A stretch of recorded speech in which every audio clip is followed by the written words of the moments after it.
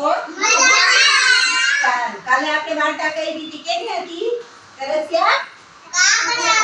તરસ્યા કાગડાની. આજે કોની વાર્તા કરશું ખબર છે? ત્રણ દોસ્તારની. કોની? ત્રણ મિત્રોની. કોની? ત્રણ મિત્રોમાં કોણ કોણ હોય? એક જ હોય બિલાડી. બીજું કોણ હોય? કૂતરો. ત્રીજું કોણ હોય? મરઘીનું બચ્ચું. આ ત્રણેય મિત્રો હોય. શું હોય? તો મરઘી બેન ખેતરમાં આખો દિવસ આમ તેમ દોડ્યા કરે. કૂતરો ભાઈ ભાવ ભાવ ભાવ ભાવ કરતા હોય. શું કરતા હોય? બિલાડી બેન આખો દિવસ શું કરે?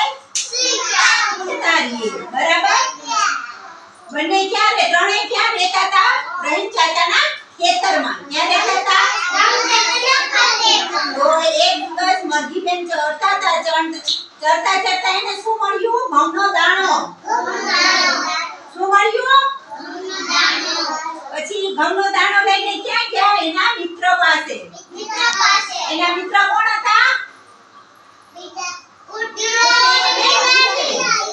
એની પાસે લઈને જાય છે કે મિત્રો મને એક ઘઉંનો દાણો મળ્યો છે, આપણે વાવી દઈએ. બરાબર?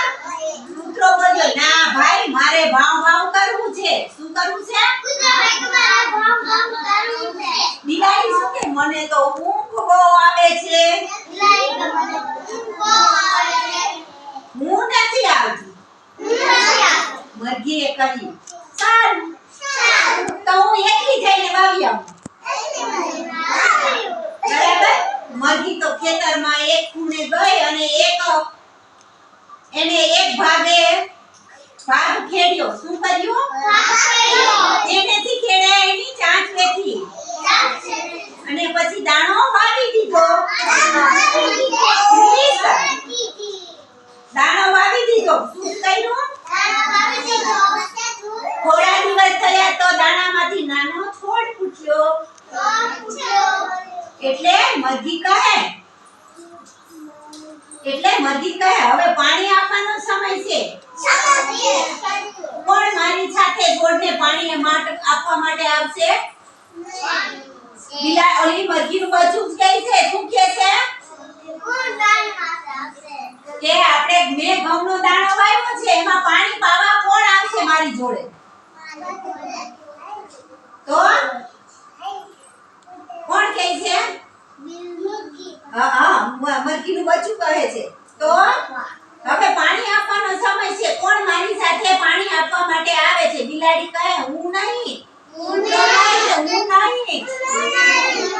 મરઘી બેન તો એકલા ગયા અને પાણી આપ્યું. ઘઉંનો છોડ હજુ મોટો થયો અને તેના પર ડુંડા બેઠા.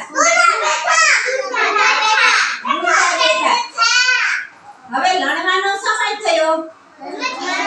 મરઘી બેન પાછા પોતાના દોસ્તોને પૂછવા ગયા મને